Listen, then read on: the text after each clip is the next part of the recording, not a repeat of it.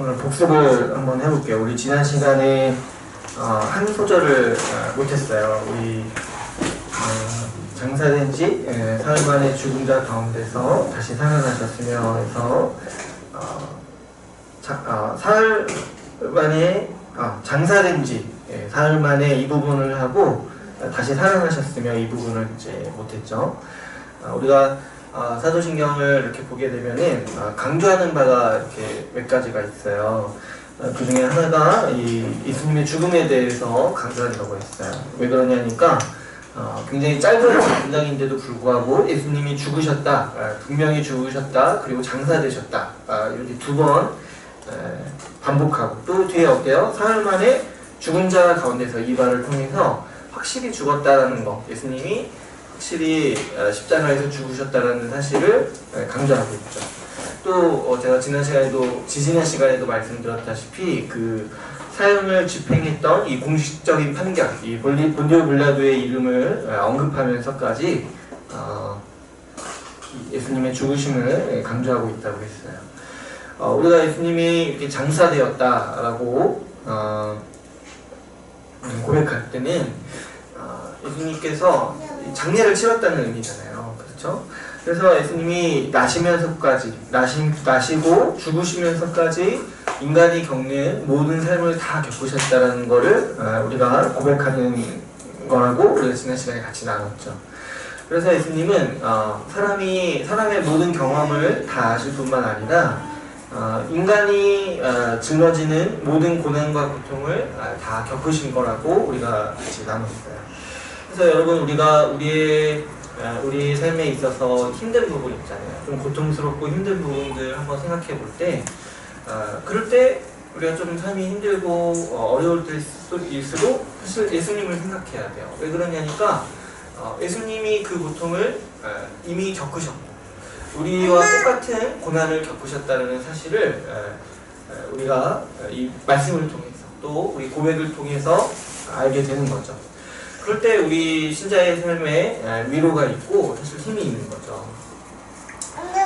예수님께서는요, 인간이 살아가면서 겪는 모든 고통과 유혹을 다 겪으셨다고 했어요. 그래서 우리가 살면서 겪는 어떤 어려움이라 할지라도 가만히 묵상해 보면은 예수님은 그 고통을 이미 아신다는 것을 우리가 생각할 수 있는 거죠. 그럴 때 하나님이 나를 아신다. 하나님이 내가 지금 힘들다는 거, 고통스럽다는 거를 예수님께서 지금 알고 계신다는 사실 하나만으로 우리는 큰 위로를 얻을 수 있어요. 제가 우리 지난 시간 설교 때도 말씀드렸다시피 사람이 어려울 때 가장 먼저 의심하게 되는 게 뭐라고 했어요. 하나님께서 나를 돌보지 않는구나, 나를 생각하지 않으시는구나, 이런 생각을 하게 된다고 했어요. 근데 그러지 말고 우리가 고난이나 어려움이 있을 때 예수님이 우리와 똑같은 고통을 겪으셨고 오히려 우리의 고난보다 더 깊은 고난을 겪으셨다는 사실을 알 때 우리는 주님이 절대로 우리를 모른 채 하지 않으시고 우리를 모르시는 분이 아니라는 사실에 위로를 받을 수가 있죠. 뿐만 아닙니다. 예수님이 단순히 그냥 위로만 하신다는 게 아닌 거예요. 너 힘들지? 내가 알아. 나도 너 겪어봐서 알아. 힘들지? 이렇게 위로만 하신다는 것이 아니라 우리가 히브리서 2장 17절, 18절 말씀을 통해서 살펴봤듯이 예수님은 우리의 모든 연약함을 다 아시고 이해하시기 때문에 우리를 도우시는 대제사장이 되신다 했어요.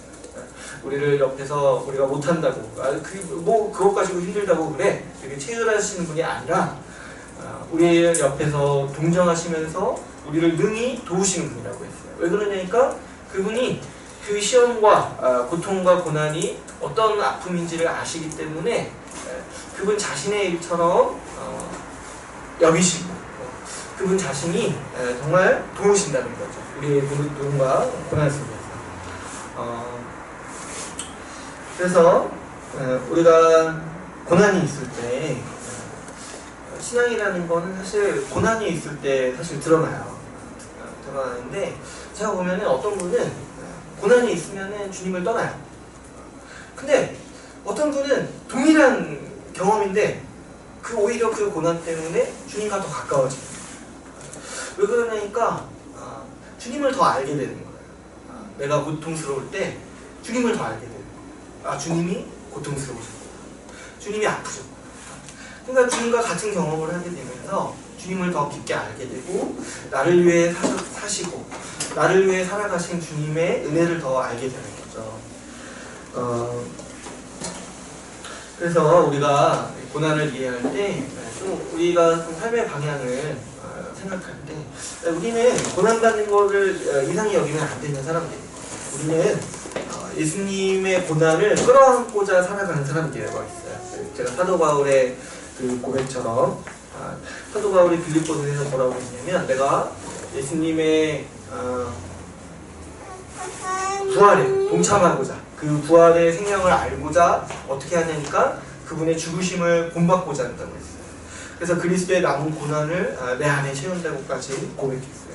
근데 그게 무슨 말이냐면 주님이 당하신 고난을 내가 대신 당한다 이런 뜻이 아니라 주님은 나를 끌어안으신 거잖아요. 주님은 나를 위해 사시고 이미 나를 위해 사시고 나를 위해 죽으심으로 인해서 나를 이렇게 잡으신 거잖아요. 근데 그럼 나는 어떠냐는 거예요. 그 주님한테 나는 어떤 반응을 보이고 있냐는 거예요. 그럴 때 사도 바울이 고백하는 게 뭐냐니까 나도 나를 잡으신 주님을 위해 주님을 끌어안겠다는 거예요. 나를 위해 고난받으신 주님을 위해 나도 고난받겠다는 거죠. 이런 게 사실 사랑이라고 할 수가 있죠. 사랑은 짝사랑은 사실 사랑이 아니에요. 그렇죠? 아무런 반응이 없는 사람에게 사랑을 하는 거는 사랑이라고 할 수가 없어요. 사랑은 적어도 둘 이상의 인격적인 관계예요. 그렇죠? 근데 하나님은 계속 사랑을 부어주시고 나는 가만히 있는 거 그거는 사랑이라고 할 수가 없는 거죠. 우리가 하나님과의 사랑의 관계라고 생각해 볼 때 우리도 사실 하나님을 사랑하게 되는 것이 하나님이 원하시는 관계라고 할 수가 있는 거죠. 그래서 우리가 좀 신앙이 더 성숙하고 자라날 수 있는 계기가 되는 게 뭐냐니까 바로 이 고난, 우리의 고난을 예수님께 비추어서 생각하는 것, 예수님으로 인해서 내 고난을 이해하고 끌어안게 되는 것, 이런 방향이 이제 우리가 고난을 생각할 때 나면서부터 장사되기까지 사실 우리 주님을 생각할 때 당연한 반응이라고 우리가 이해할 수가 있는 거죠. 오늘 우리는 또 복습이지만 지난 시간에 못했던 복습을 한번 나누고자 하는데요. 죽은 자 가운데서 다시 살아나셨다라고 우리가 예수님에 대해서 고백하는 부분을 한번 나눠보도록 하겠습니다. 이 부활, 예수님의 부활에 대해서 같이 이야기하도록 하겠는데요. 첫 번째로 보시면은 우리가 사도신경에서 예수님의 부활을 고백할 때도 이 역사적 사실로서 고백하는 거예요. 왜 그러냐니까 왜 죽으심을 강조한다고 했어요. 왜 예수님이 죽으셨다는 걸 앞에서 강조하냐니까 부활을 얘기하기 위해서 강조하는 거예요. 예수님의 부활을 부인하는 사람들은 뭘 부인한다고 했죠? 예수님이 죽으신 것도 부인하는 거예요. 그때 죽으신 게 아니라 기절하셨다 이런 식으로. 그러나 결국에 사도신경에서 예수님의 죽음을 통해서 강조하고자 하는 것은 그분이 확실히 죽으셨는데 확실히 부활하셨다는 거예요. 성경에는 여러 명의 이 부활의 증인들이 있습니다. 우리 고린도전서 15장 5절에서 6절을 한번 같이 읽어볼까요? 우리 같이 한번 읽어보겠습니다. 시작! 게바에게 보이시고 후에 12 제자에게와 그 후에 500여 형제에게 일시에 보이셨나니 그 중에 지금까지 대다수는 살아있고 어떤 사람은 잠들었으며 그 후에 야고보에게 보이셨으며 그 후에 모든 사도에게와 맨 나중에 만삭되지 못하여 난 자 같은 내게도 보이셨느니라. 지금 이제 예수님의 부활을 목격한 사람이 사실 12 제자만 있는 것이 아니라 그 주변에 500여 명의 사람이 있다고 했어요. 그러니까 사실 예수님의 부활을 어떤 소수의 사람들이 이렇게 작당해서 꾸밀 수 있는 규모가 아니었다는 거죠. 500여 명의 사람에게 동시에 보이셨기 때문에 여러 사람이 예수님의 부활하심을 목격하고 증언하게 되는 거죠. 여러분, 우리가 예수님의 부활을 생각해 볼 때 예수님이 부활하지 않고서는 도저히 설명할 수 없는 지점들이 굉장히 많이 있어요. 성경에는 특별히. 여러분, 부활이 없었다면은요, 유대인들은요 예수님을 절대로 그리스도로 받아들일 수가 없어요. 제가 이제 십자가 얘기하면서도 얘기했지만 예수님은 나무에 매달려서 죽으신 분이에요. 유대교의 신앙에 있어서는 이분은 확실히 하나님의 저주를 받은 사람이에요. 근데 그 사람을 그분을 그리스도로 이해한다는 것, 12제자들, 유대인의 12제자들이 이 그리스도로 이해했다는 것, 이거는 그분이 부활을 목격하지 않고서는 도저히 설명할 길이 없는 현상인 거죠. 부활이 없었다면 이런 교회도 사실 세워질 수가 없었어요. 여러분 한번 생각해보면 제자들은 예수님이 죽으실 때 다 도망갔던 사람들이에요. 근데 그 사람들이 뭐 때문에 마음이 바뀌어서 다시 돌아와서 우리 사도행전에 보면은 매도 맞고 순교도 각오하면서 예수님을 증거하겠냐는 거죠. 왜 그분이 부활했다고 증언하겠냐는 거예요. 정작 예수님 살아계셨을 때는 다 도망갔던 사람이 다시 모여가지고 예수님 다시 살아나셨다 얘기하고 있는 거예요. 모든 핍박과 죽음의 위협도 다 견뎌가면서 그렇게 하고 있는 거예요. 이렇게 이 현상을 설명하려면은 그들의 주장이 사실이라고밖에 얘기할 수가 없는 거죠. 그리고 이렇게 처음에 이 성령을 받았을 때 12제자만 있었던 게 아니죠. 그 자리에 모인 수많은 사람들이 있었어요.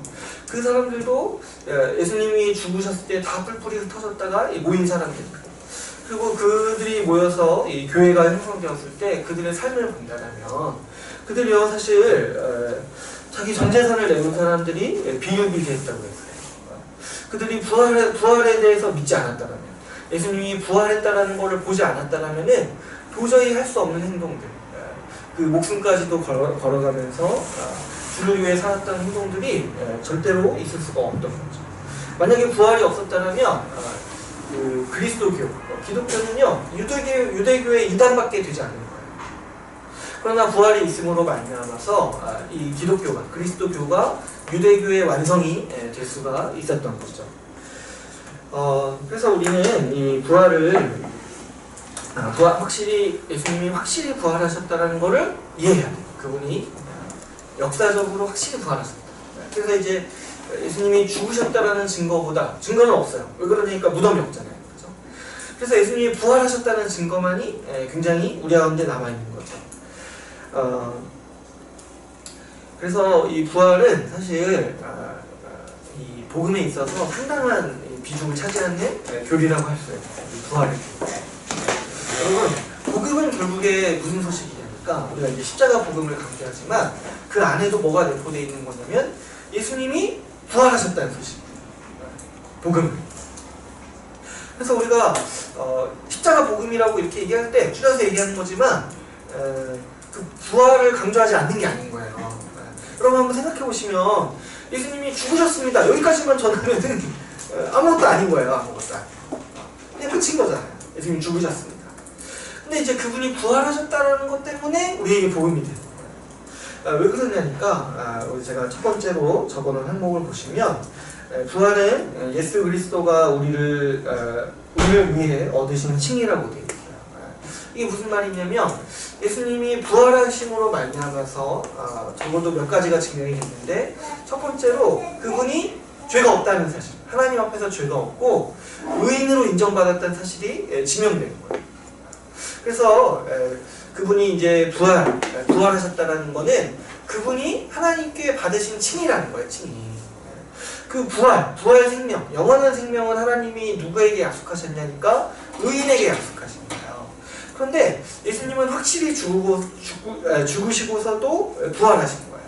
그러므로 하나님께서는 예수님을 의인으로 선포하셨다는 거죠. 그래서 예수님께서 부활하셨다는 것은 우리가 신학적으로 이해할 때 그분이 하나님께서 주시는 의를 얻으셨다는 거예요.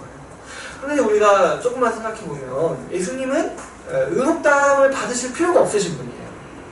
그렇죠? 그분은 그분 자체로 의로우신 분이고 하나님이신 분이에요. 근데 왜 그분이 의를 얻으셨냐는 거예요. 부활을 통해서. 왜 부활하시면서까지 하나님의 칭의를 받으셨냐고. 그 이유가 뭐냐면은 그 의를 우리에게 주시기 위해서 예수님께서 칭히 의인의 부활을 하신 것이죠. 예수님께서는 제가 이제 인간이신 예수님에 대해서 나눌 때 보통 사람으로 오신 건 아니라고 했어요. 예수님은 아담을 대신하는 인류의 대표로 오신 분이라고 우리가 같이 나눴죠. 그래서 로마서 6장에서 말하는 게 뭐냐면은 모든 사람이 아담 안에 있어서 모든 사람이 아담의 죄로 인해서 죽은 것과 같이 지금은 어떻게 된다는 거예요. 이제는 한 사람으로 말미암아 죽었는데 이제 한 사람의 의인으로 말미암아 예수 그리스도로 말미암아 모든 사람이 생명을 얻을 길이 열렸다는 거죠. 그래서 예수 그리스도가 부활하심으로 말미암아서 이제 예수 그리스도께 속한 사람은 부활 생명, 의인이 되는 길이 열렸다는 것이 예수님의 부활로 인해서 딱 우리에게 선포됐다라고 볼 수 있는 거죠. 그래서 여러분 이 새 시대의 아주 이정표는 이 부활의 시대, 하나님 나라가 이미 임했다라는 시대가 시작한 아주 이정표는 예수님이 이 땅에 오신 거지만 조금 더 세밀하게 말한다면, 조금 더 세밀하게 얘기한다면 예수님이 부활하셨을 때 이 땅에 생명의 시대가 열리는 거예요. 의의 시대. 이 죄와 사망과 죽음의 시대가 끝났다는 것이 예수님의 부활로 말미암아서 선포된 것이죠. 그래서 여러분 우리는 이 예수님의 부활을 믿는 삶을 살아야 하는 거죠. 우리는 이 부활을 강조해야 돼요. 이 부활로 인해서 예수님의 부활로 인해서 교회가 세워졌고 교회는 이 부활의 공동체인 거예요. 그래서 이 예수님의 부활을 역사적 사실로서 객관적이고 역사적 사실로서 실제로 있었던 일이라고 믿는 것이 우리의 삶에는 굉장히 중요해요. 그래서 이 부활을 항상 우리는 얘기해야 되고 부활을 강조해야 돼요. 왜 그러냐니까 이 부활에 대한 태도가 오늘날 우리의 신앙을 점검하는 아주 중요한 척도라고 할 수 있어요. 여러분 복음을 부인하는 거는 사실 아주 전면적으로 들어가는 것 중에 하나가 뭐냐니까 부활을 안 믿는 거예요. 부활을 안 믿는 거예요. 근데 이제 교회에 다니는 많은 분들이 뭐 자기가 대놓고 부활을 안 믿는다고 얘기하진 않아요. 근데 어떤 태도냐니까 부활에 대해서 소망하지 않는 거죠. 부활에 대해서 소망하지 않고 부활에 대해서 묵상하지 않는 거죠. 이 현재의 삶에 매몰되어 있는 삶, 이런 태도가 바로 부활을 믿지 않는 태도인 거예요. 그래서 이 교회 안에 무신론은 이 부활을 대하는 태도인 거예요. 부활을 대하는 태도에서 드러나는데 이런 삶, 어떤 삶의 태도를 가지고 하는 거예요. 현재의 삶만을 절대적으로 여기고 전부로 여기고 사느냐 아니면 앞으로 올 시대를 위해서 사는 거예요. 부활 이후의 삶을 위해서 살고 있냐. 여기에서 사실 우리 신앙이 아주 진실된 면모가 갈리는 거죠. 여러분 우리가 만약에 부활한다, 예수 그리스도를 따라서 정말 부활할 거라면은 우리에게는 인생의 2부 순서가 있는 거예요. 2부 순서가. 지금은 어떤 삶이냐면은 부활 이후를 준비하는 단계인 거예요. 부활 이후. 우리에게 진짜 삶은 언제 펼쳐지는 거예요? 부활 이후에 펼쳐지는 거예요. 이렇게 청소년들에게 비전, 꿈과 희망 이런 거 저는 강조할 필요 없다고 생각해요. 우리의 꿈과 희망, 비전은 다 부활 이후에 이렇게 펼쳐지는 거예요. 여러분 어렸을 때 못 이룬 장래희망 있으세요? 기억나는 거 있으세요? 괜찮아요. 그거 이 땅에서 못 이뤄요. 죄 때문에 할 수가 없어요. 할 수가.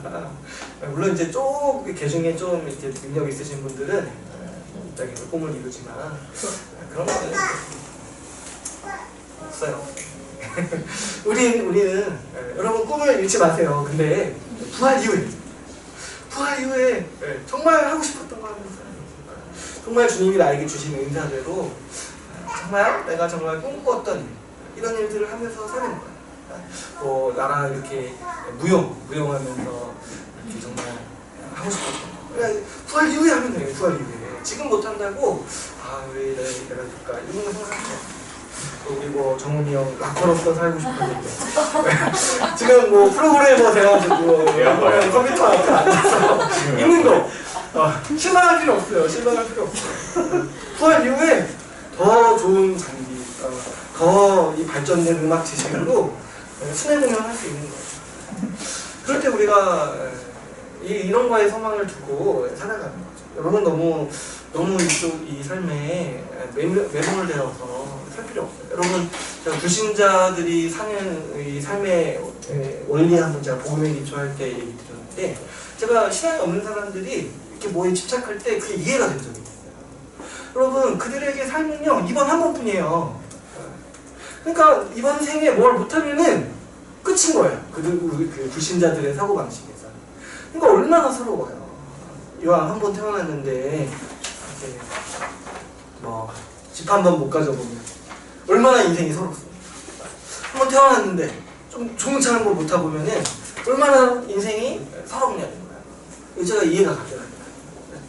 근데 우리는 좀 그런 태도를 버려야 돼요. 지금 못하는 거 우리는 얼마든지 부활 이후에 다 누릴 수가 있습니다. 제가 그래서 뭐 한번 얘기했죠. 유럽 부활 이후에 가요.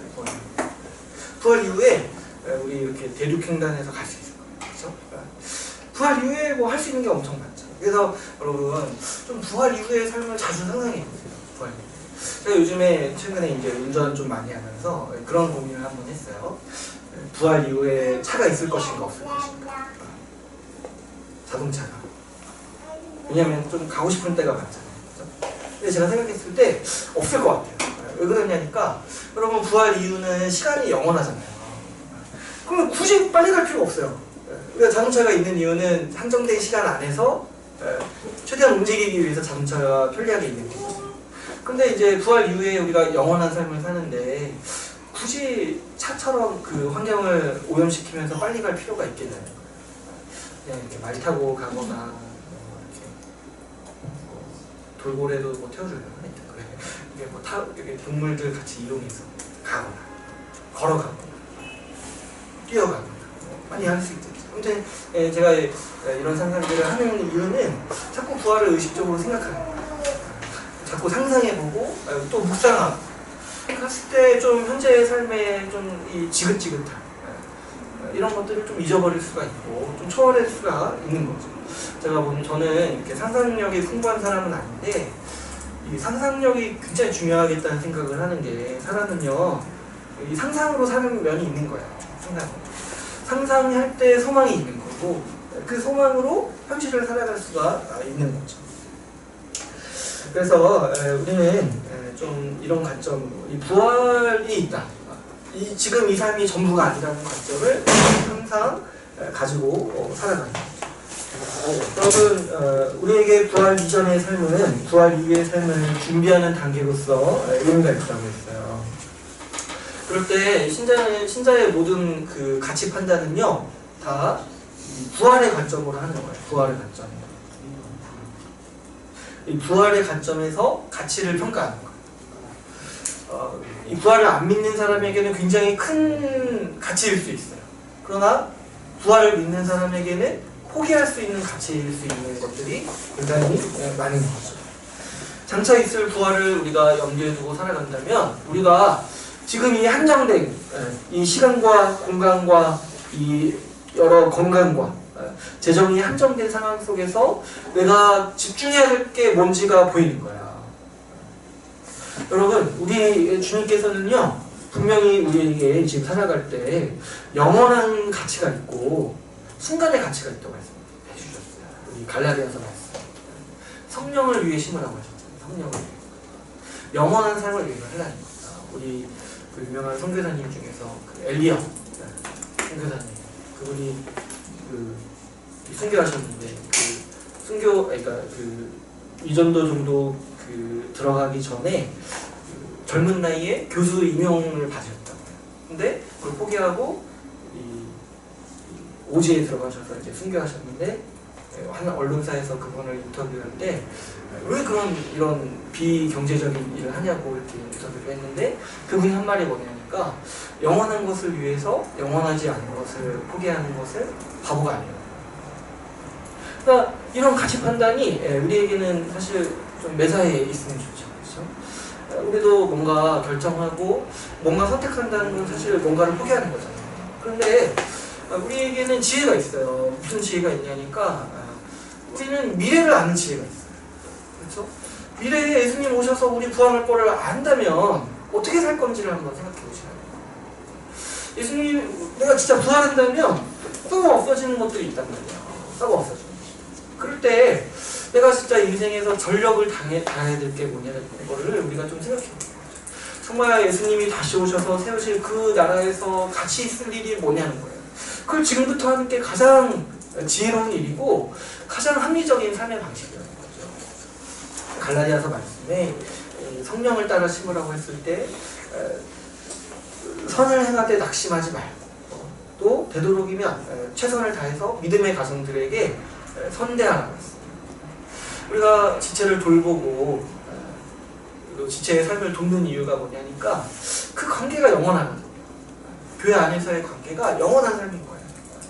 여러분, 우리가 부활 이후에도 계속 볼 사이인데 어떻게 함부로 하겠습니까?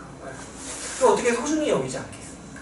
평생을 같이 살 뿐만 아니라 사실 영원히 같이 살 거예요. 영원히. 그러니까 지금부터 우리가 그 삶을 준비하고 나갈 때 우리가 부활 이후를 준비하는 거예요. 혹시 부활했을 때 없으면 어떻게 합니까? 우리는 항상 안타까워하는 마음을 가지고 그리고 우리가 확실히 부활 이후에 같이 살 거거든요. 함께 더 살아가면서 더 섬기면서 살아가는 거죠. 그래서 우리가 사실 사람한테 함부로 하면 안 되고 특별히 관계를 생각했을 때 그럴 수 있어요. 그 사람이 신앙이 있는데 나랑 안 맞아서 관계가 틀어질 수는 있어요. 그죠? 사람이 살다 보면. 근데 그럴지라도 원수 맺으면 안 되는 거예요. 최대한 우리 정말 신앙인이라면 나랑 방향이 다를지라도 그리고 나랑 성격이 다를지라도 나랑 좀 어떤 갈등이 있을지라도 최대한 좋은 관계를 유지해야 돼요. 왜 그러냐니까 지금은 너무 한계가 많아요. 인간적으로. 의사소통에 우리가 너무 한계가 많지 않습니까? 말로 하지만 말로 전달되지 않는 그 진심들이 있잖아요. 그리고 수많은 오해들 속에서 서로를 이해하지 못하고 좀 낭만할 수 있어요. 그런데 우리가 소망해야 될 게 뭐냐니까 주님이 오시면 우리 부활하면은 그 모든 오해가 다 풀릴 거라는 거예요. 그래서 최대한 지금 오해를 풀기 위해 노력하고 그렇지 못할지라도 그 악한 심령을 갖지 않는 거, 미워하지 않는 거 이게 우리에게 아주 중요한 자세라고 할 수 있죠. 우리 넘겨서 이 부활은요 이 교회에 있어서도 굉장히 중요한 교리라고 할 수 있습니다. 교회는 어떤 곳이냐니까 여러분 앞으로 올 시대를 소망하는 교회예요. 앞으로 올 시대를 소망하는 교회. 그래서 사실 우리가 교회로 모일 때마다 부활 소망을 얘기해요. 그래서 제가 한번 옛날이 아니죠. 공회기 쪽으로 같이 나눌 때 우리 인사를 안녕하세요 이런 거 하지 말고 주님 곧 오십니다 이런 걸로 하지 않았어요. 그렇죠? 안녕은 너무 현세지향적이에요. 그렇죠? 근데 항상 기억하는 거예요. 주님이 오신다는 것, 곧 오신다는 게 소망이 될 때 우리가 교회로서 살아갈 수가 있는 거죠. 현재 이 치열하고 정말 이 미세먼지 같은 삶에서 집착하지 않고 좀 그날을 소망하면서 살아가는 거예요. 그래서 마치 꿈을 꾸듯이 살아가는 거예요. 그리고 그뿐만이 아니죠. 우리는요 부활의 시대를 소망할 뿐만 아니라 부활했을 때 살아가는 그 시대를 미리 교회 안에서 살아가는 거예요. 그래서 이미 임한 하나님 나라와 완성될 하나님 나라는 사실 질적으로는 차이가 없는 거예요. 왜 그러냐니까 예수 그리스도의 통치가 있어요. 교회에 있듯이 완성될 하나님 나라에서도 있을 거예요. 성도 간의 교제가 교회에 있듯이 완성될 하나님 나라에서도 있을 거예요. 우리가 교회 안에서 누리는 모든 복락은 하늘의 것이고 완성될 하나님 나라의 것입니다.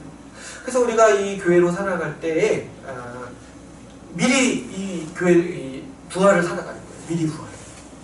미리 부활의 삶을 살아가면서 정말 교회를 통해서도 그 앞으로 올 시대를 소망할 수가 있는 거죠.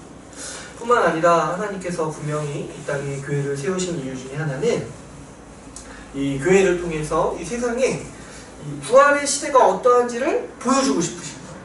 미리 마치 모델하우스죠. 부활하면은 내가 앞으로 세울 나라가 이런 모습을 갖췄다는 거를 하나님은 교회를 통해서 보여주고 싶으신 거예요. 그래서 교회는 부활의 앞으로 올 시대를 세상에 보여주는 곳이라고 할 수가 있어요. 안타깝게도 오늘날 이 한국교회가 이 부분에 있어서 좀 많이 실패하고 있죠. 그래서 이제 교회가 이미 임한 하나님 나라라고 얘기하면은 너무 많은 사람들이 싫어해요. 교회 안에 있는 사람들도 싫어하고 밖에 있는 사람들도 우습게 보죠. 그러나 우리도 이 사실을 붙잡아야 돼요. 놓지 말아야 돼요. 우리가 살아가는 모습이 이 미래의 시대다. 우리가 살아가는 방식이야말로 최첨단이고 정말 하나님께서 앞으로 세우실 나라의 모습이다라는 것을 우리가 보여줄 수 있어야 하는 거죠. 그래서 여러분 우리는 부활로 인해서 세워진 교회라는 것, 예수님의 부활로 인해서 세워진 교회라는 사실을 우리가 반드시 기억해야만 그때에서야 우리가 또 교회로서 더 열심히 살아갈 수 있는 거죠. 우리 성도가 낭만하고 지칠 때 있잖아요. 신약 성경이 위로하는 방식이 뭐냐니까 주님이 곧 오신다. 주님이 곧 오신다는 거. 우리 키우기가 힘들 때 저도 이제 앞으로 힘들겠지만 100일이 지나면 괜찮다 이런 얘기가 아니라 주님이 곧 오신다. 주님이 곧 오신다. 그래서 성경에서 보면은 다 위로가 그런 거예요. 너 힘드냐? 괜찮아. 주님은 곧 오실 거야. 근데 여러분 이제 제가 그 말씀을 공부하면서 생각이 들었던 게 요즘 사람들이 이 말 가지고 위로를 받겠냐는 거예요. 주님 오신다 하면 누가 위로받는 거야. 근데 아니에요. 이게 우리가 지금 성정을 좀 바꿔야 돼요. 제가 왜 부활로 소망이 안 되는지 생각해 보니까 저는 한 30년 동안 신앙생활을 하면서 부활에 대해서 제대로 배운 적이 없어요. 부활이 교회에서 얼마나 중요한 교리이고 부활을 소망하는 법에 대해서 배운 적이 없어요. 제가 배웠던 거는 항상 예수님 믿으면 일이 좀 잘 풀린다는 거예요. 현재에서. 그런데 이제 그런 식의 위로가 사실 성경에는 거의 없다고 봐도 무방해요. 기꺼이 있는 게 뭐냐니까 예수님 믿으면 지금을 견딜 수 있다. 이 정도인 거예요. 견딜 수 있다. 그런데 예수님 믿으면 뭐가 있냐니까 영생이 있다는 거예요. 이 다음 삶이 있다는 거죠.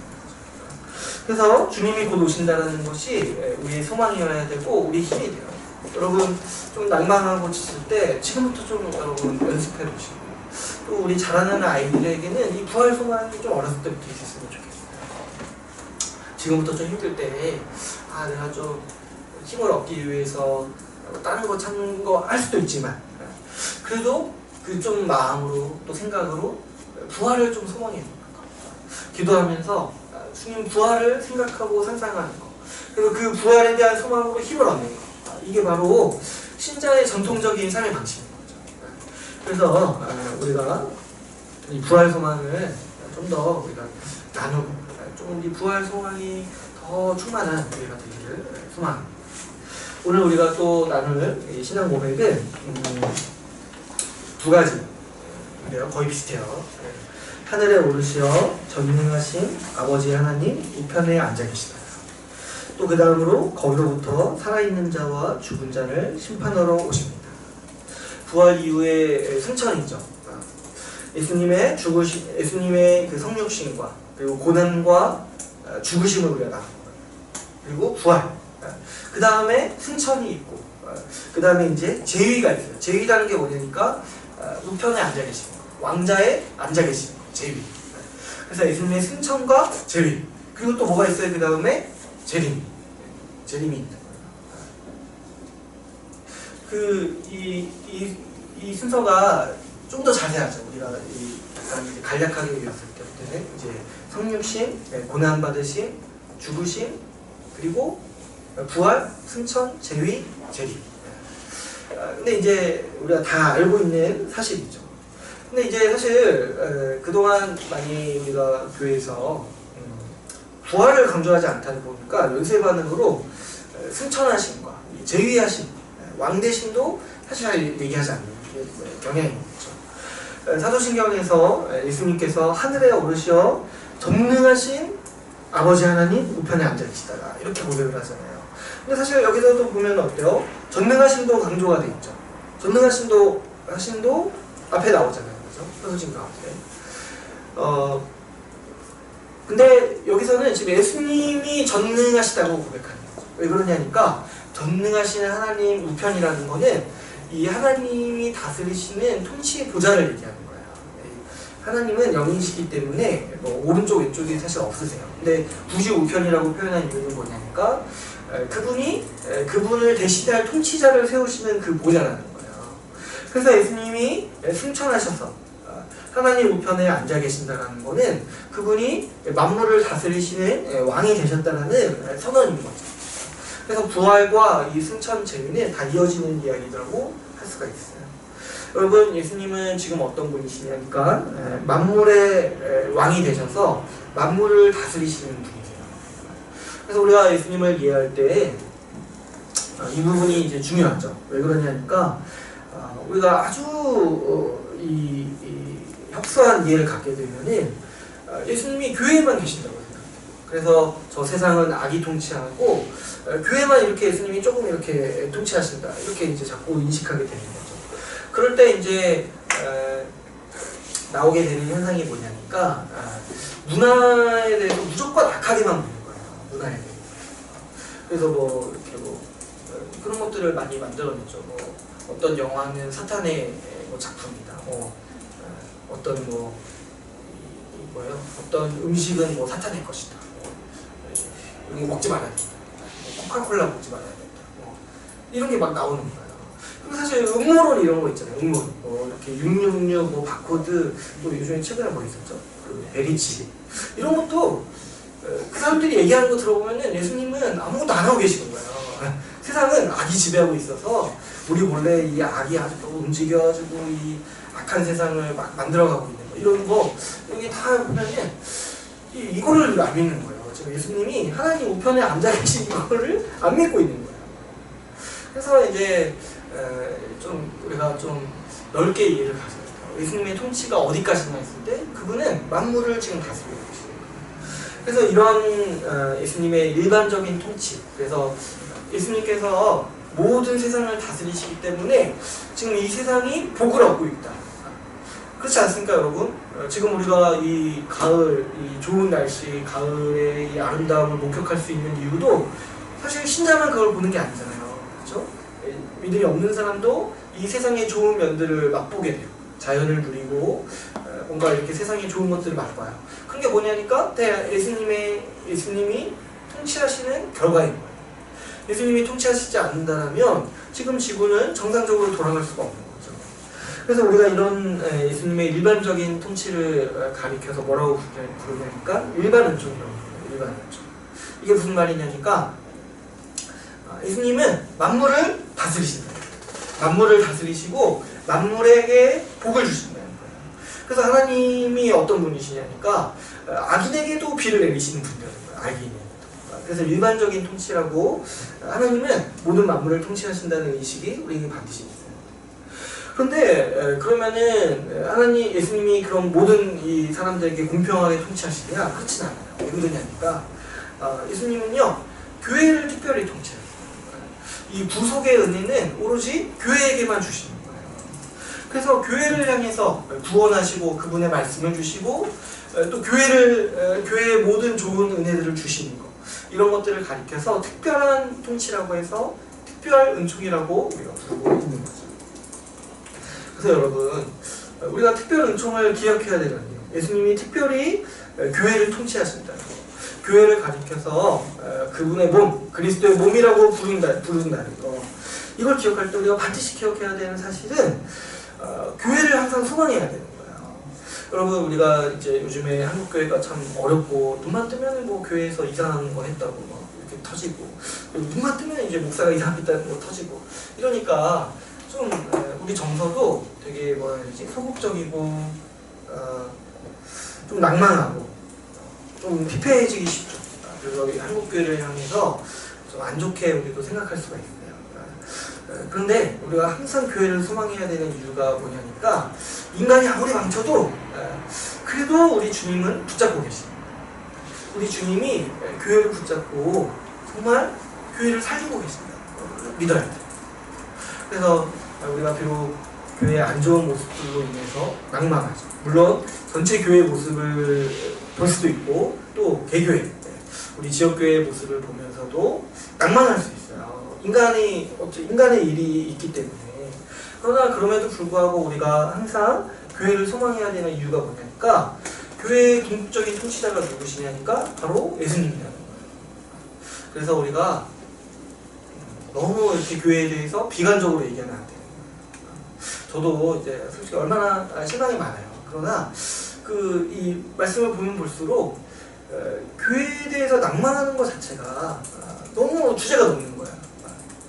내가 뭔데 교회를 내가 막 비판하고 그럴 수가 없는 거야. 왜냐면 주님이 너무 사랑하시고 주님이 지키신다는 거를 크게 분명히 말씀에 있으니까 함부로 이 교회를 비판할 수도 없고 사실은.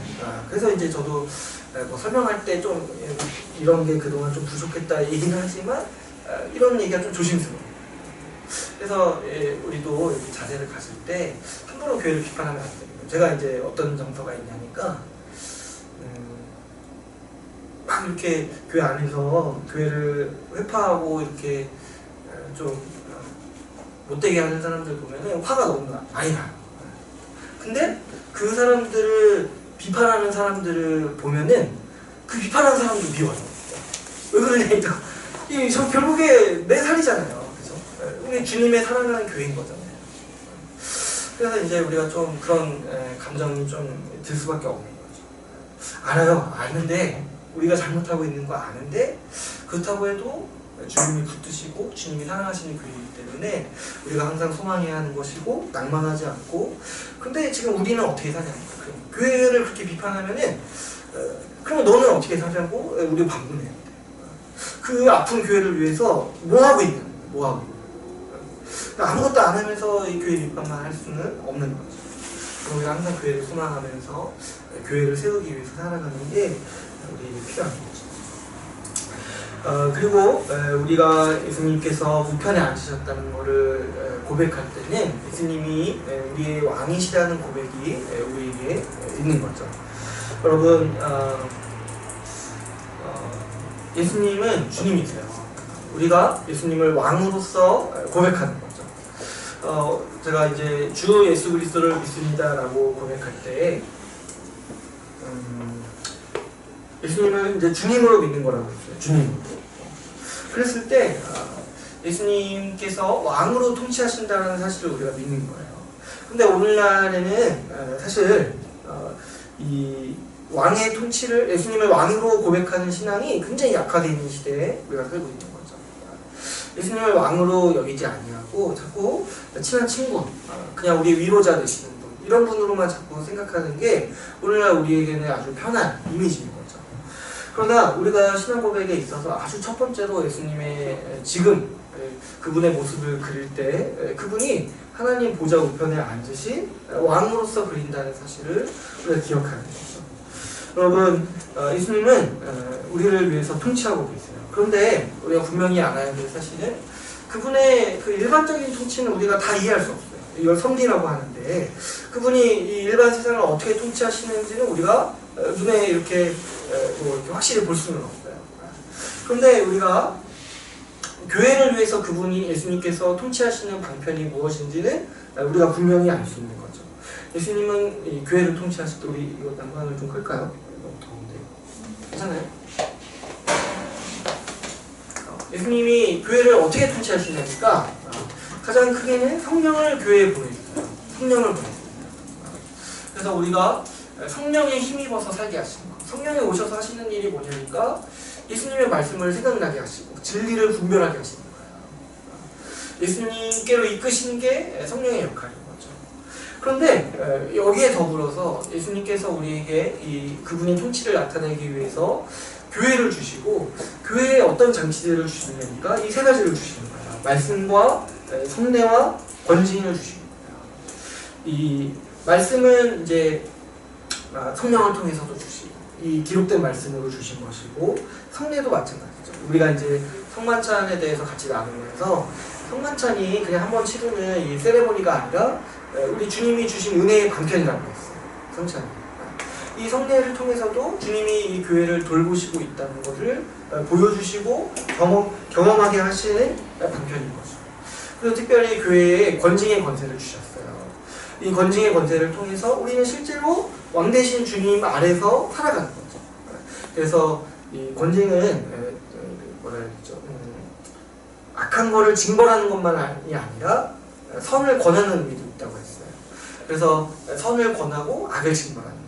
그래서 뭔가 우리가 신앙인으로서 잘 살아갈 때는 인정받고 정말 주께서 주시는 칭찬이 있고 위로가 있고, 그러나 우리가 좀 실수하고 넘어질 때는 권면이 있고 돌이키라는 요청이 있는 것이죠. 이 모든 것들이 교회에 주시는 이 예수 그리스도의 통치의 방편인 거예요. 근데 여러분, 이 세 가지가 무엇에 의해서 직접적으로 우리에게 실천되냐니까 바로 직분에 의해서 실천되는 거예요. 직분에 의해서. 여러분, 이 직분은 예수님께서 교회에 세우신 권위라고 할 수 있어요. 특별히 이제 목사는 예수님의 말씀을 대리하기 위해서 세워졌고, 그 다음에 이 집사와 장로도 사실 이 성찬과 권징의 관련이 있죠. 권징을 하기 위해서는, 제대로 하기 위해서는 사실 이제 장로가 앞장서야 되는 것이고, 이 성례도, 이 성찬도 사실 이제 집사가 세워졌을 때 더 의미가 완성된다고 볼 수 있어요. 그러니까 집사는 그 말 뜻이 뭐예요? 먹을 것을 제공하는 사람, 식사를 섬기는 사람이잖아요. 그러니까 이 직분을 통해서 예수님은 이 교회의 권위를 세우시고 그분의 통치를 드러내시는 거라고 할 수가 있어요. 그러니까 사실 직분이 무너진다는 거는 굉장히 교회가 힘들다는 거예요. 교회가 예수님의 통치를 통해서 누려야 될 복락을 잃어버리는 거라고 볼 수가 있죠. 반면에 이 직분자의 권위는 예수님의 말씀으로부터 옵니다. 만약에 직분자가 예수님의 말씀에 떠나서 자기 마음대로 한다면, 자기 자의대로 행한다면 그 직분자는 사실 이 어마어마한 심판이 있는 거죠. 예수님이, 제가 이 오병이어에 대해서 나눌 때 그 목자에 대해서 진노하시는 이 하나님의 말씀을 우리가 같이 나눴죠. 에스겔 말씀에서 내가 이 목자에 대해서 분노하시는 그 하나님의 말씀을 같이 나눴죠. 그래서 우리가 이 직분자의 책임도 있는 거고 권위도 있다는 사실을 기억해요. 반면에 직분자가 말씀에 합당하게 행했는데도, 말씀에 합당하게 그 사람의 권위를 집행했는데도 거기에 순응하지 않는다면 그거는 곧 뭐와 같은 거예요? 예수님의 통치를 거부하는 것과 같은 거예요. 그렇기 때문에 우리가 여기에 대해서 분명히 인식해야 하는 것이 마땅하죠. 예수님께서는 우리에게 그분의 통치를 실현하기 위해서 교회에게 그분의 복된 말씀을 주셨어요. 교회는 이 말씀에서 죽고 선회가 달려요. 예수님의 통치가 예수님의 말씀으로 실현되기 때문에 교회가 복 받느냐, 교회가 정말 지옥 같으냐, 이 결정이 뭐에 서냐니까 말씀에서 갈리는 거예요. 말씀. 모든 게 다 잘 돼 있더라도 정말 그 복음으로 말씀이 선포되지 않는다면 그 교회는 아주 좋아봐야 그냥 세상에 좋은 커뮤니티와 다를 바가 없어요. 사실 근데 세상에 좋은 커뮤니티도 따라갈 수가 없죠. 왜냐면은 기본적으로 그 교회는 위선이 있는 거예요. 그 예수님의 공동체인 것처럼 하면서 세상의 방식대로 좋게 만들려는 거. 이런 거는 위선이에요, 사실. 그래서 하나님이 아주 역겨워하시는 모습인 거죠. 차라리 교회라고 하지 말라 할 수가 있는 거죠. 그러나 하나님의 말씀이 선포된다면 교회는 아주 소망할 수가 있는 거예요. 그 예수 그리스도의 강력한 통치가 선포되는 것이고 그 통치로 인한 복락이 교회에 펼쳐질 수가 있는 것이죠. 근데 이 말씀을 보실 때 예수님은 이 교회에 말씀을 주셨는데 첫 번째로는 이 은혜로서 말씀을 주셨어요. 여러분, 주님의 통치가 우리에게 복인 거예요. 주님의 통치가. 그 성경에서 보면은 복되다 일컫는 상태가 뭡니까? 구약이나 이 신약에서 하나님이 우리를 통치하십니다. 하나님이 우리를 통치하십니다. 오늘 이제 현대인들은 누가 나를 통치한다는 것에 대해서 아주 강력한 거부반응이 있어요. 그런데 사실 여러분, 우리의 인생을 조금만 생각해봐도 시장이 누구냐에 따라서 우리 인생이 많이 바뀌지 않습니까? 이 대통령이 누구냐에 따라서 너무 많이 바뀌잖아요. 그죠? 이런 거만 생각해봐도 인간의 그 행복은 좋은 통치자를 만나는 거 있어요. 좀 더 구체적으로 적용해보면 좋은 상사를 만나는 거. 이거 인간의 아주 복된 인생이죠. 좋은 상사를 만나면 복된 인생이죠. 그러니까 좋은 통치자를 만나는 거. 그 안에서 돌봄을 받고 살아가는 거. 이게 이제 복인 거죠. 근데 성경에서 말하는 궁극적인 복락이 뭐냐니까 하나님이 우리를 통치하신다. 근데 그 예수님의 통치가 지금 우리에게 말씀으로서 실현되고 있는 거죠. 그래서 우리가 말씀을 듣고 배움으로써 이 은혜를 누리는 거예요. 말씀을 듣고 배우는 거. 교회가 아니면 어디 가서 주님의 말씀을 듣고 배웁니까? 그래서 이 말씀을 올바로 배우고 말씀을 듣는 거 이거야말로 교회가 자랑할 만한 부분이고 교회가 정말 이것만 있다면 살아날 수가 있는 거죠. 근데 만약에 이게 없다면 교회는 정말 너무 비참한 거야. 주일 예배에 예수 그리스도가 선포되지 않는다. 교회의 주인이신 예수 그리스도가 선포되지 않는다면 그건 정말 교회가 너무 비참한 거예요. 그뿐만이 아니에요. 이 말씀은 우리가 살아갈 때 지혜를 주는 거예요. 우리가 어떻게 살아야 될지 우리에게 필요한 모든 지혜가 우리는 성경에 있다는 것을 믿어야 돼요. 우리가 살아가면서 필요한 지혜, 우리가 살아가면서 필요한 어떤 정말 그 지혜와 그 명철, 그 모든 것이 성경에 있는 거예요. 말씀에 있는 거예요. 그래서 우리가 예수님의 말씀을 배울 때 우리 인생에 대한 통찰력도 얻을 수가 있는 거죠. 우리가 무슨 선택을 해야 되는 것인가, 우리가 어떻게 살아야 될 것인가, 우리가 어떤 비전을 가진가, 어떤 꿈을 가져야 할 것인가, 사실 다 말씀에서 찾아야 돼요. 자꾸 내 안에서 찾으니까 이상한 거예요. 내 안에서. 말씀에서 주님이 주시는 지혜로 말미암아서 우리가 인생을 좀 더 지혜롭게 살아갈 수가 있는 것이죠. 그리고 우리가 기억해야 되는 사실은 이 말씀은요, 왕의 말씀이십니다. 왕의 말씀. 왕의 말씀. 왜 왕의 제정은 있는데 왕의 말씀이라는 책이 없을까요? 여러분, 우리는 주님의 말씀을 왕의 말씀으로 인식해요. 자꾸 그래서 뭐냐고 말씀을 자꾸 이런 뭔가 뭐 약간 뭐라 해야 되지?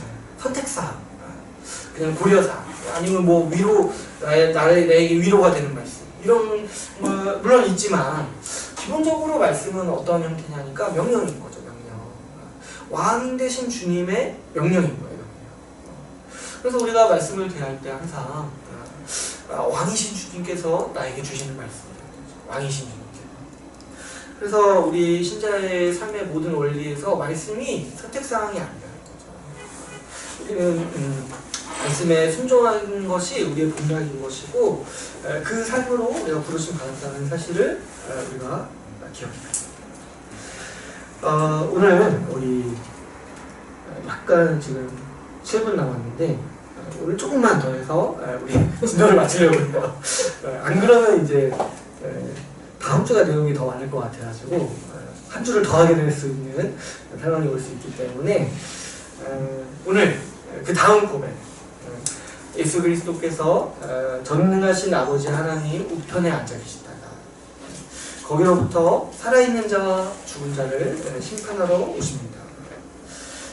이 부분을 우리가 같이 나누도록 하겠습니다. 오늘 강의하는 2장인데요. 제가 좀 실수했어요. 사실 2장인데 거의 한 장이에요. 보시면 2장짜리 보시면 아시겠지만 없어요. 내용이 잠깐 걸쳤는데 제가 확인을 못하고 2장으로 하겠는데 이거 잘못했다. 이면제로 쓰세요. 이면제로. 금방 끝나니까. 여러분 한번 생각해보세요. 예수님이 왕이신 것도 사실 싫어하는데 요즘 사람들이 예수님이 심판하러 오신다는 건 얼마나 더 싫어하겠어요. 그래서 사실 요즘 요즘이 아니죠. 오늘날 생각하는 사람들이 이 복음에 대해서 생각했을 때 얼마나 많이 왜곡이 되어 있냐면 죽으심에 대해서도 잘 인식하지가 않죠. 근데 그때부터 뭐가 빠져 있는 거예요? 십자가에서 나타난 하나님의 진노를 빼버리니까 다 이해할 수가 없는 거예요. 뒤에까지. 부활 이후에 다스리신 바 이거 얘기할 수가 없어요. 그 다음에 오셔서 심판하신 데까지 얘기할 수가 없는 거예요. 그러니까 복음은 이게 한 덩어리인데 이 어느 거라도 빠지면 사실 논리적으로도 이상하고 이 하나님의 영광을 가리는 일인데 우리는 너무나 김 빠진 너무나 김 빠진 복음을 가지면서 복음에 대해서 중요하게 생각하지 않는 경우가 굉장히 많은 거죠. 여러분, 현대인들이 가장 싫어하는 주제 중에 하나가 바로 이 통치, 예수님이 통치하신다, 심판하신다, 이런 거예요. 심판이 부당하다고 얘기해요. 하나님이 우리를 심판하신다는 것을 부당하다고 생각해요. 요즘 우리 현대인들. 제가 이제 옛날에 대학교 때 본 기사가 있었는데, 무신론자들의 모임이 있다고요. 이 무신론자들이 자신들의 신앙을 전파하고자 이 버스에 이 광고를 냈는데, 이 버스에 붙이는 광고가 있잖아요. 근데 그 광고에 그 아인슈타인의 말을 인용했다고요. 근데 그 아인슈타인이 뭐라고 했냐니까, 세상을 창조하고 세상을 창조하는 신이 있다고 나는 믿지 않는다는 거예요. 아인슈타인은 아마 지옥 갔을 거예요. 그렇죠? 그 사람 유대인인데도 신을 안 믿는 것 같아요. 그러니까 그 세상을 창조해놓고 심판한다는 게 좀 말이 안 된다고 생각을 하는 거예요. 근데 여러분, 저는 반대로 생각해요. 세상을 창조해놓고 심판하지 않는 신은 인간이 만들어낸 신이라고 생각해요. 그거는 인간이 원하는 신이에요. 세상을 만들어놓고 심판하지 않는 신. 뭐예요? 이신론이 원하는 신인 거예요. 관여하지 않고 그냥 마음대로 살도록 내버려 두시는 거. 이거는 사람이 만들어낸 사람의 신, 사람이 원하는 신인 거예요. 여러분 한번 생각해 보시면 인간이요 정말 심판이 없다고 생각할까요? 사람이요 이 세상을 살아갈 때 정말 심판이 없어도 된다라고 생각하면서 살아가야 되는 거예요. 저는 그렇지 않다고 생각해요. 여러분 오늘날 우리 요즘에 가장 불신에 받는 기관 중에 하나가 이 사법부라고요. 아주 요즘에 보면 재판이 너무 일반적인 사람의 정서에 너무 안 받는 게 많으니까 사람들이 화를 많이 내는 거예요. 어떤 거에 화를 많이 내냐니까 강력 범죄를 저질렀는데 형량이 너무 짧은 거예요. 그래서 제가 기사를 보니까 기사가 아니죠. 누가 이렇게 쓴 거를 봤는데 대형버스 기사들 사이에는 그런 이야기가 있다는 거예요. 사고가 나서 사람을 치면은 차라리 죽이는 게 낫다는 거예요. 왜 그러냐니까 다치게 해놓고 하면은 판결이 어떻게 나오냐면은 배상해줘야 되죠. 그 사람 회복할 때까지. 그리고 이제 보상까지 해야 되잖아요. 근데 죽이면 재판을 받아서 형량을 줄일 수 있다는 거예요. 그럼 보상 안 해도 된다는 거예요. 그런 얘기까지 나오는 거예요. 그러니까 그 정도의 아까 사법 체계가 너무 너무 지금 사람들의 사고와는 맞지 않는 면이 뭐냐니까 강력 범죄에 대해서 너무 유하다는 거죠. 그래서 이제 최근에도 뭐 얘기가 나온 게 왜 술 먹고 강력 범죄 저지른 사람은 다 감형해 주냐는 거예요. 그래서 요즘 보면은 제가 댓글 같은 거 보면은 이런 얘기들이 있어요. 사형제도 해야 된다. 사형해야 된다. 이런 강력한 사람들. 그리고 또 제가 이 생각을 처음 하게 된 계기가 그 조두순 씨 있잖아요. 조두순 씨. 올해인가 내년에 출소하신다잖아요. 그분 안산 사시잖아요. 근데 지역이 이쪽이래요. 저쪽이래요. 저쪽 같은. 나중에 한번 찾아볼게요. 안산은 어디래요. 그래서 이제 그때 이제 조두순 출소한 거 너무 형량 짧다고 사람들이 막 분노했잖아요. 그럼 한번 보세요. 사람들이 지금 심판이 필요 없다고 하는 거예요? 아니면은 제대로 좀 심판하라고 얘기하는 거예요? 사람들은 심판을 원해요. 악이 처벌받기를 원하고 공의가 바로서기를 원하고 있어요. 지금 그것 때문에 못 살겠다고 부르짖고 있는 거잖아요. 그런데 왜 하나님이 심판하시는 거에 대해서 부당하다고 생각하고 불쾌하다고 생각합니까? 저는 이제 사법부를 불신하는 건 아니지만 그거는 그냥 인간의 합의라고 생각해요. 인간이 재판하는 거는요, 제가 언젠가 한번 설교했듯이 하나님이 주시는 권한인 거예요. 사법부의 권한도. 하나님이 칼의 권세를 주셨다고 했어요. 근데 그게 이제 인간이 하는 일이다 보니까 불완전한 면이 있는 거예요.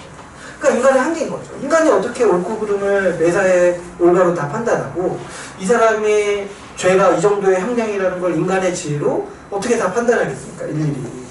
그러니까 인간의 판결은 항상 불완전한 거예요. 그래서 이 땅에는 항상 공의가 바로 설 수가 없고 불완전함이 있는 거죠. 근데 우리가 소망할 게 무엇이냐면은 하나님은 반드시 악에 대해서 그분의 공의대로 완전히 벌하신다는 거예요. 여기에 우리에게 소망이 있는 것이고 우리도 살면서 억울함을 겪을 수 있어요. 그런데 성경에서 뭐라고 하냐면은 원수 갚지 말라고 해요. 원수 갚지 말라. 왜 그러냐니까 내가 스스로 원수를 갚게 되면 어떻게 돼요? 실수하게 돼요. 나도 죄를 짓게 되는 거고 때로는 내가 이 사람이 받아야 될 형량보다 우리는 항상 홧김에 하잖아요. 그러니까 더 크게 화를 내요. 그래서 우리도 더 죄를 짓게 되죠. 그러나 그 판결을, 그 판단, 그 심판을 공의로우신 주님, 지혜로우신 주님께 맡기라는 거죠. 주님이 판단하시고 마지막 날에 반드시 심판하신다는 거예요. 여러분 이와 같이 인간의 성정은 무엇이 있냐면 심판을 원해요. 심판을 원해요. 공의로운 판단을 원하고 반드시 악이 처벌받기를 원하는 게 보통 사람의 심정인 거죠. 그래서 여러분 우리는 심판의 교리에 대해서 너무 사람들이 싫어한다고 얘기 안 할 필요가 없어요. 오히려 역설적으로 더 얘기해야 돼요. 심판이 없다고 생각하는 것만큼 어리석은 게 없는 거죠. 어리석고 모순적인 사고방식이 없는 거예요. 우리가 복음의 이 체계를 생각해 볼 때 십자가를 제대로 얘기하지 않았다면 사실 심판도 말할 수가 없는 것이죠. 죄에 대한 하나님의 심판을 제거해버리는 복음은요, 사실 성경 전체를 비우는 처사라고 할 수가 있어요. 여러분 한번 생각해 보시면 주님께서 왜 이 구속사를 진행해 오셨냐니까 이 죄에 대한 문제를 해결하기 위해서 이 죄에 대한 심판을 어떻게 하실지 보여주시기 위해서 이 구속사 전체를 진행해 오신 거예요. 그런데 하나님이 죄에 대해서 심판하지 않는다라고 얘기하면 이 구약 때부터 진행해 오신 모든 하나님의 사역들을 다 필요 없는 일로 만들어버리는 거예요. 그러면 하나님이 뭐하러 예수님을 이렇게 2000년 동안, 아니 예수님을 아담과 하와 이후에 오랫동안 보내지 않으셨습니까?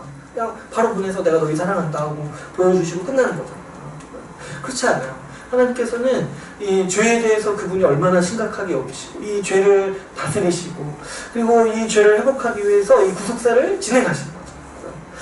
여러분 우리가 이 죄에 대한 심판 이것을 잃어버린다면 아주 주님을 우습게 보는 거예요. 주님을 왕으로 여기지도 않고 심판주로 여기지 않는 것은 정말 주님을 경외하지 않는 태도라고 할 수가 있어요. 우리가 왜 주님을 경외할 수밖에 없냐면 그분이 심판주가 되시기 때문이죠. 여러분 오늘날 하나님을 두려워하지 않는 사람들이 굉장히 많아요. 이거는 일정 부분 교회 책임이 있어요. 교회가 욕을 먹다 보니까 하나님의 이름을 이미 아주 우습게 여겨져요. 일반 사람들한테. 근데 제가 보면은 하나님을 가장 두려워하지 않는 사람들은 사실 교회에 있어요. 교회에서 심판을 두려워하지 않고 죄 짓는 사람들. 그 사람들은 뭐냐니까 심판이 없다는 걸 믿고 하나님이 없다는 걸 믿는 사람들이에요. 그러니까 교회에 있으면서 죄 짓고 마음대로 사는 거죠. 그리고 이렇게 목사라고 또 직분자라고 함부로 죄 짓고 이런 사람들은 누구보다도 심판을 안 믿는 사람이에요. 누구보다도. 그러니까 이렇게 함부로 그렇게 죄 지을 수가 있는 거죠. 여러분 우리는 하나님을 두려워하지 않는 교회를 두려워해야 돼요. 이렇게 되기가 너무 쉬운 상황인 거죠. 심판이 없음을 누구보다도 확신하는 사람들이 교회 안에 있다는 사실에 대해서 우리가 항상 경각심을 가지고 살아가야 하는 것이죠. 여러분 우리 예수님은요 지금 만물을 다스리시는 주님이실 뿐만 아니라 장차 어떤 분이시냐면 심판주로 오시는 분이에요. 심판주. 그래서 우리 마지막 두 번째 페이지 아주 여백의 리를 두 번째 페이지를 보시면 우리는 심판을 믿으면서 살아가야 돼요. 여러분. 심판이 있어요. 심판이 있기 때문에 우리는 항상 하나님 앞에서 살아간다는 의식으로 살아가는 거예요. 그분이 심판하실 거예요.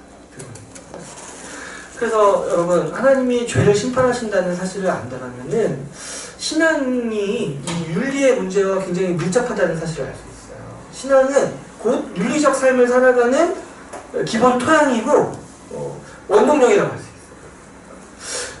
신앙을 자꾸 어떤 심리적인 요건, 어떤 심리적인 작용이라고 생각하면 안 되는 거예요. 현대 종교일수록 종교와 윤리를 분리시키려는 경향이 굉장히 강해요. 왜 그러냐니까 심판이 없어지면은 인간이 무슨 행동을 하고 안 하고를 판단하는 가치도 없어지는 거예요.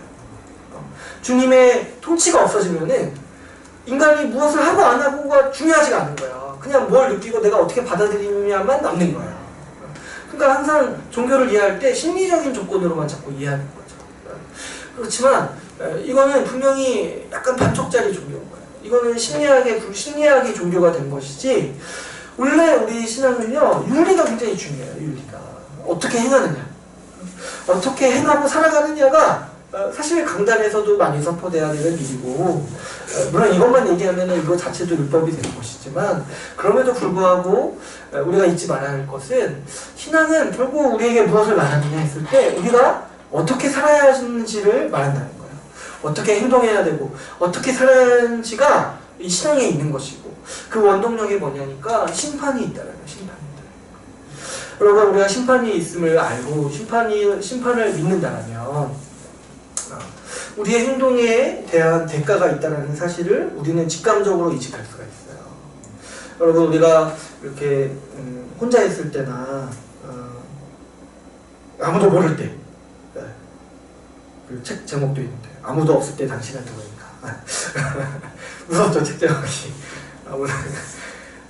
그 책 내용은 잘 기억이 안 나는데 책 내용만 계속 기억이 나요. 아무도 없을 때 당신은 누구인가. 근데 여러분, 우리가 자꾸 혼자 있을 때 자꾸 이상한 행동을 하게 되고 풀어지게 되는 게 뭐냐니까, 우리는 자꾸 내 행동에 대한 대가가 없다는 생각이 있어요. 어떤 행동을. 그래서 이제 우리가 좀 혈기가 많을 때 벌이는 실수가 뭐냐니까, 앞뒤 안 가리고 행동하는 거 있잖아요. 결과를 생각하지 않고 행동하는 거. 근데 여러분, 심판이 있다는 걸 안다면은 분명한 엔딩이 있는 거예요, 우리에게. 그래서 이 심판을 생각해 볼 때 지금 내 행동에 따라서 내가 앞으로 마주할 결과가 분명히 있다는 거를 인식하게 돼요. 그 행동이 아무도 모르는 은밀한 행동이라 할지라도, 하나님이 심판주라, 예수님이 심판주라는 걸 기억할 때 얼마나 이게 두렵습니까? 그 주님이 나의 중심을 아시는데, 주님의 심판이 얼마나 무섭냐면은 그분은 우리의 중심을 보시는 분이세요. 그래서 여러분, 우리가 우리의 행동에 대가가 있음을 직감적으로 인식하고 살아갈 수밖에 없는 것이죠. 근데 여러분, 제가 이렇다고 해서 주님이 신자에 대해서 벌하시고 그렇게 이렇게 지옥의 형벌을 내리신다, 이런 게 아니라는 거예요. 여러분, 신자를 할지라도 주님 앞에 평가받는 삶을 사는 거예요. 우리가 어떤 삶을 살았는지 주님의 심판 앞에 모두 드러날 거예요. 예수님의 심판이 신자에게는 우리에게는 구원의 날이라고 할 수 있어요. 여러분, 우리가 왜 예수님이 심판주로 오신 것을 소망해야 하냐면, 이 심판과 구원은 원래 하나의 사건이죠. 여러분, 하나님이 심판하실 때 심판하지 않는 게 뭐예요? 바로 구원인 거예요. 하나님의 심판이 시작됐을 때 하나님이 그 심판에서 건져내시는 것이 구원인 거예요. 그러면 여러분, 우리가 지금 믿음으로 구원받았습니다 했을 때는 이거 헷갈리지 말아야 될 게, 지금 내가 구원받았다는 말이 아니에요. 장차 있을 심판에서 내가 구원받을 것인데 이게 확실하니까 지금 과거형으로 얘기하는 거예요. 과거형. 이해가세요? 우리가 받아야 될 구원은요, 이 예수님이 다시 오실 때 완성되는 거예요. 근데 지금 왜 우리가 이게 복음이냐니까, 원래는 그때 가서 우리가 확실시 되는 건데, 지금 우리 주님께서 뭐라고 선포하시냐니까, 이미 너희가 의롭다고 선포하시는 거예요. 그래서 우리는 이게 너무 큰 복인 거예요, 여러분. 어떻게 판정하실지를 알고 살아가는 거야. 어떻게 판정하실지. 믿음으로 의롭다 하셨으니까 그 의를 받았어요. 의인으로 살아가는데 우리의 최종 확정, 정말 하나님 나라의 법정에서 최종적으로 확정되는 날이 언제냐니까 주님 오시는 날인 거예요. 그래서 여러분, 우리가 주님 오실 날을 소망할 이유가 여기에 있어요. 지금 내가 이 보증 받았어요. 보증. 성령의 보증. 인치심을 받았어요. 주님이 딱 보증하셨어요. 내가 너 반드시 의롭다고 선언하겠다. 너 의롭다. 성령으로 보증하신 거예요. 근데 이 보증 기간이 끝나고 확정되는 시기가 예수님 다시 오시는 날이라는 거죠. 그래서 여러분, 우리는 이 심판이 오는 날이, 예수님이 다시 오시는 날이 우리의 칭의가 실현되는 날입니다. 그리고 뿐만 아니죠. 우리는 우리가 하나님의 심판을 반드시 기억할 때 우리의 삶이 그 하나님 나라의 삶에서 평가받는다는 걸 기억해야 돼요. 우리 주님께서 분명히 선을 행하되 낙심하지 말라고 하셨어요. 때가 이를 때 거둔다고 하셨어요. 주를 위해서 산 모든 삶은 열매를 맺는다고 하셨어요. 근데 여러분 현상적으로 보면 어때요? 열매를 못 맺는 어떤 사람들도 있잖아요. 근데 주님이 왜 그런 얘기를 하셨냐니까 주님 오시는 날에 모든 열매가 드러난다는 거예요. 주님 오시는 날. 제가 아까 말한 엘리엇 상무사님은 순교하셨는데 한 명도 전도하지 못하고 순교하셨어요. 그 원주민 만나자마자 죽으셨어요. 바로 그 자리에서. 그 원주민의 창에 찔려가지고. 그런데 그분이 삶의 열매를 언제 거두냐니까 부활 때 거두는 거예요. 왜냐하면 그 원주민이 그 이후에 회심했거든요. 그러니까 우리가 이 영원한 삶의 열매를 생각해 보는 거예요. 그러니까 우리가 지금 살아가는 이 삶의 좀 지향점이 영원한 삶에 있다는 걸 생각해 볼 때 여러분 내가 뭘 하고 안 하고는 여기에 가치를 두는 거예요. 내가 지금 이거 결과를 못 얻을 것 같아도 이게 분명히 하나님 나라에서 열매로 나타날 거를 알기 때문에 지금 보이지 않는 거, 결과가 보이지 않는 일에 뛰어들 수 있는 거예요. 내가 뭐 이 사람 지금 섬기는데 뭐 이거 밑도 끝도 없어요. 뭐 이렇게 누구 한 명 문제 생기고 그 문제에 뛰어들고 그러면 뭐 밑도 끝도 없어요. 근데 지금 우리가 보는 게 뭐냐니까 우리는 심판을 보는 거예요. 심판을 보고 심판 그 이유를 보는 거예요.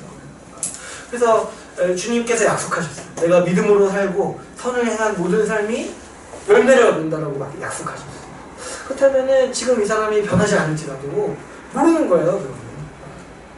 그건 모르는 거예요. 하나님 나라 다시 임했을 때 정말 그 나라에 있는 내가 사랑했던 대상들, 내가 섬겼던 사람들을 만나서 그 사람에게 감사 인사를 받을 수 있다는 거죠. 지금 우리가 주님이 오른손이 하는 일 왼손이 모르게 하라고 하신 거 있잖아요. 그렇게 살 수 있는 충분한 가치가 뭐에 있냐면 모든 열매를 주님 부활 이후에 심판 이후에 거둘 것이기 때문이죠. 그래서 신자에게 이 심판은 우리 구원이 확정되는 날일 뿐만 아니라 우리가 믿음으로 살아온 인생이 평가받고 그 열매를 거두는 날이라고 할 수 있어요. 그래서 여러분 꼭 우리가 이번 생에 열매를 거둘 거라고 생각하지 말아요. 이번 생에. 안 그럴 수도 있어요. 안 그럴 수도 있어요. 옛날에 누가 저한테 그랬는데 뭐 이렇게 한 명도 더 못 얻으면 어떻게 할 거냐고. 또 뭐 어쩔 수 없어요. 그럴지라도 어쩔 수 없는 거예요. 우리가 살아온 삶의 모든 결과는 이 심판 때, 심판 이후에 더 주님께서 보시는 모습으로, 주님께서 우리의 모든 수고가 반영된 모습으로 나타날 거예요. 그래서 우리는 그날을 소망하고 그 날을 위해서 살아가는 거, 그 날을 위해서 최선을 다해서 살아가는 것이 우리 신자의 고백이고 삶의 태도라고 할 수가 있습니다. 오늘 우리 여기까지, 우리 심판까지 우리 같이 살펴봤습니다.